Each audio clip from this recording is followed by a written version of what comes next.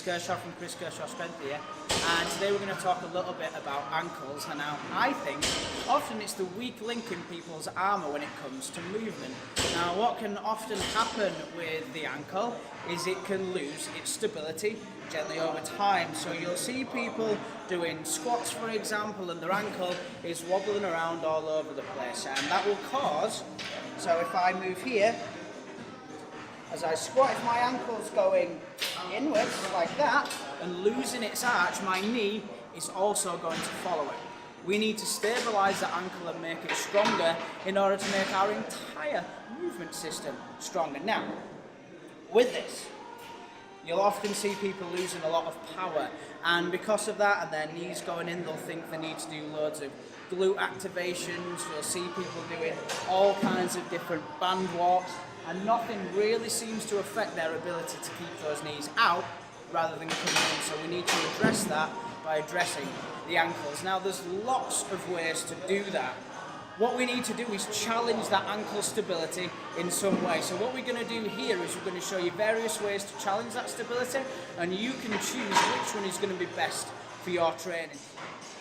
So, first stage of building up a more stable ankle is being aware that the ankle collapsing inwards is a problem, and often where the ankle goes drives where the knee goes. So first of all, what we need to do is grip the floor hard with our feet, almost like an owl grabs a mouse from the floor. So what we're going to do is we're going to bring our toes towards our heels. We're going to grip equally with the big toe and the little toe, and we're also going to put a little bit of pressure down into our heel. And we can use any movement at all using our ankles to challenge that stability, just with a little bit more awareness.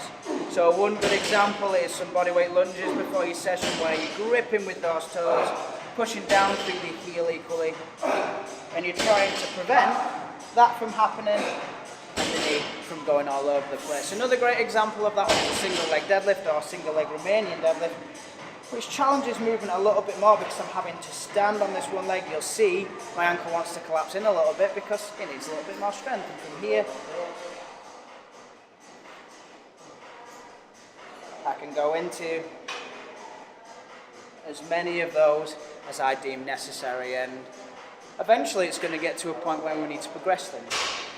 One way of doing that is to start with like a short kind of pistol squat. Again, we're gripping the floor with the foot, not letting that ankle collapse in, and we're just doing some reps where we place the other heel down to the floor.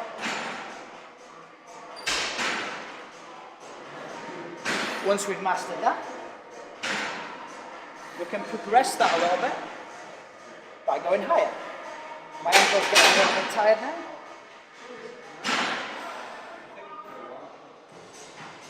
Building up your repetitions like so. Eventually you can build that into doing a full pistol squat.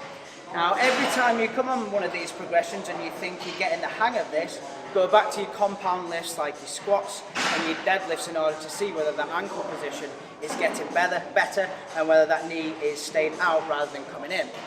Another way to challenge that movement is to make the actual movement itself more difficult by taking away some stability. So what we're going to do here, we're going to create like a little assault course for my ankle. And what I'm going to do, I'm going to start just by standing on one leg, trying not to let that ankle go inward, and all I'm going to do here is touch to 3 of these balls with the same hand, not letting that ankle collapse in where I can.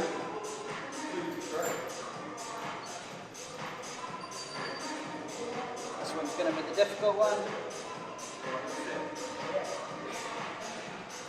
And over time you can increase the speed that you do that and the proficiency that your ankle has to stop itself from going inwards like so.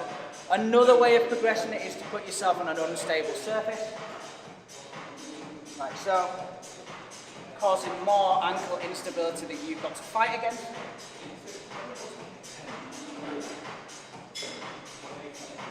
Making the movement very tough.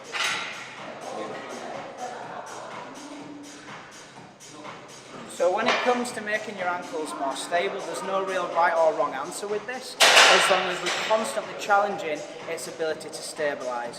What you've then got to do is integrate a stable ankle with the big compound lifts, so you're not losing that power. So stop wasting your time with endless band walks and glute activations where the real source of the problem may be the ankles. Thanks for listening, guys. See you soon.